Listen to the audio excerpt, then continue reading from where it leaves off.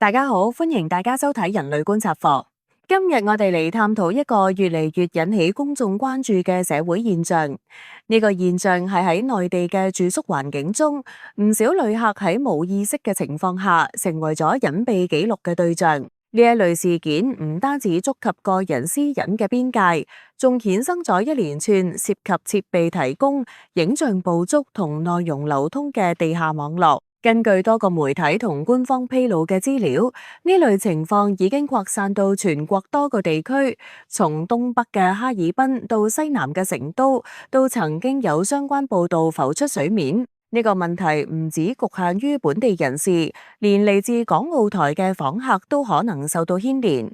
好多經常跨境往來嘅人士都開始重新審視自身嘅住宿選擇。人類觀察課透過多渠道搜集資訊，發現呢個現象背後牽涉咗多層因素同後果。我哋會逐漸深入分析。首先，我哋嚟睇睇呢個現象嘅廣泛程度。根據可靠嘅調查同新聞記錄，內地唔少住宿設施，包括大型連鎖旅館、獨立民宿同埋短期租賃單位，都曾被證實存在隱蔽捕捉影像嘅裝置。呢一啲裝置通常被巧妙安置喺唔易察覺嘅地方，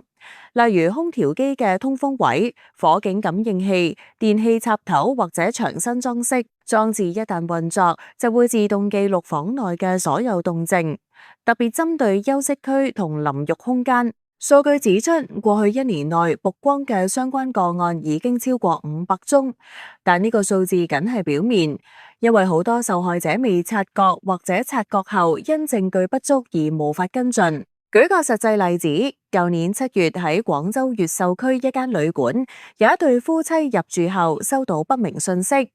歹徒宣稱持有佢哋嘅親密片段，並索取2萬蚊封口費，否則會散布到社交網絡。呢個案最終透過警方介入解決，但暴露咗呢一類事件嘅頻發性。另一個類似情況係內地一位網絡達人李小明，舊年5月喺杭州入住後，同樣遭遇精準索款，對方連佢嘅聯絡方式同入住細節都掌握得清清楚楚，令人疑慮住宿機構內部可能有洩露渠道。呢個現象唔只係零散發生，實際上已經演化成跨地域嘅系統。人類觀察課整合咗多個案例，例如喺北京朝陽區，警方舊年11月偵破咗一宗涉及高端住宿嘅連環案，涉案組織專門針對4星以上設施，利用豐厚報酬招募安裝人員。每項任務酬勞高達6000至7000蚊。組織成員喺北京、天津、青島、煙台等地嘅住宿單位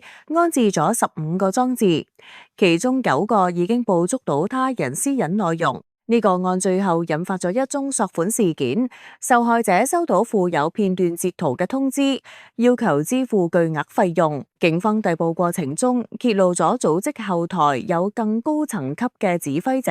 負責審核裝置同管理記錄。類似案子仲有喺成都、重慶、西安、武漢等地曝光，涉案人士透過招募代理、售賣觀賞權限、非法盈利，受害人數達到數百。喺南京一間住宿單位，探員親自走訪房間，發現捕捉裝置隱藏喺牆身排風系統內，直指休息位置，並連結大廈電網。常見市售嘅反捕捉工具竟然無效。呢一類裝置價格親民，網上只需幾百蚊即可入手，安裝之後可遠程操作，實時傳送內容。談到呢個地下網絡嘅運行方式，就更令人警覺。呢條網絡大致可分為上游供應、中間執行同下游分配。上游專責裝置供應，好多裝置喺內地數碼市場公開販售，偽裝成電源適配器、時鐘或者擺設，價格由幾十蚊到幾百蚊。供應者甚至附上安置指南，教導點樣避開常見檢查點。中間環節係執行安置，通常由住宿員工或者租戶聯手，趁空間空置嘅時候迅速設置，角度專注私隱區域。安置之後，裝置會自動聯網，上傳到遠端儲存。下游則係內容推廣同收費，透過海外平台如 Telegram 宣傳，建立收費頻道或者社群，每月費用大約400蚊，即可觀賞多條頻道嘅即時內容，甚至有歷史回放。人類觀察課發現呢一類頻道參與者可以達幾千人，社群內用戶唔止觀賞，仲會發表貶低性言論，對受害者造成額外傷害。譬如係一個頻道，用戶會預先討論即將入住嘅客人類型，然後分享記錄。當出現親熱場面時，社群氛圍會變得極度活躍。數據顯示，單一代理舊年內盈利超過15萬蚊，凸顯呢一個網絡嘅高回報性。當然，呢個問題嘅受害者唔止普通旅客，連公眾人物同網絡意見領袖都無法幸免。舊年9月，一名留學歸國嘅年輕人同伴侶喺上海度假，入住後收到索款通知，對方傳送偷錄截圖，要求支付4萬蚊。呢個案曝光後，引發咗大眾對住宿安全嘅討論。另一個廣為人知嘅案子係網絡達人李小明，佢喺杭州入住後，同樣收到索款，歹徒精準掌握佢嘅個人資料，令人懷疑住宿機構資訊外泄。人類觀察課仲搜集咗其他事件。例如喺山東濟南一間租賃單位，一名博主發現空間內藏有隱蔽裝置，拆卸時遭業主干預。呢一類事件往往涉及團隊協作，上游提供裝置，中間執行安置，下游售賣記錄，形成閉合循環。受害者察覺之後，往往已經造成持久傷害。記錄一旦外傳，就難以徹底清除，永遠流傳喺數碼空間。談到受害者嘅遭遇，就更令人感慨。好多受害者喺事後先意識到自己嘅私隱內容已經被散佈，帶嚟巨大嘅精神負擔同社會標籤。人類觀察課訪問過多位專家，佢哋強調受害者常會出現不安、沮喪、自怨等症狀，甚至影響親密關係同職業發展。舉個真實個案，一對港澳人士北上廣州遊玩，入住一間住宿單位之後，男方喺瀏覽相關內容時，突然發現自己同伴侶嘅親熱記錄被完整捕捉，並上傳到收費平台。男方形容當時感覺世界崩塌，唔知如何向伴侶解釋。女方得知後完全崩潰，長時間避免外出，擔心被識別。呢個案曝光之後，引發咗華人社區嘅熱議，好多網民開始交流自查經驗。另一個案子喺天津，一個居民收到索款信，附上住宿內嘅私隱截圖，對方要求支付高額費用。受害者求助警方後，雖然組織被偵破，但係受害者嘅生活已經徹底改變，出現嚴重嘅信任缺失。專家分析，呢一類受害者會對周邊環境產生懷疑，總覺得有人注視自己，嚴重情況可能需要持續輔導。從心理層面嚟講，呢一類事件背後暴露咗人類行為嘅多面性。參與觀賞者嘅心態往往從探索開始，逐步轉化成付費參與，甚至喺社群內發表侮辱性評價，滿足內在嘅主導欲同優勢感。專家指出，好多參與者喺現實中人際不暢，透過呢一類內容釋放壓力，覺得自己喺虛擬領域掌控咗他人秘密，從而獲取短暫慰藉。但係呢一種行為實質係對他人嘅利用，長遠會放大社會信任缺口。另一方面，執行者嘅心態往往源自不滿同尋求興奮，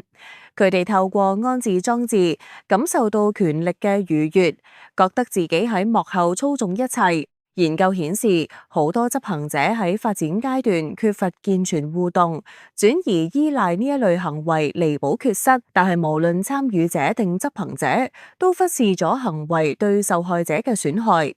呢一種心理疏漏係問題延續嘅根基。法律方面，內地對呢一類行為嘅處置相對有限。根據有關條例，製作同散佈敏感內容屬違法，可處以拘留。但係純粹捕捉行為，往往只視為行政違規，最高罰款800蚊同短期扣留。若果涉及索款，就會升級為刑責。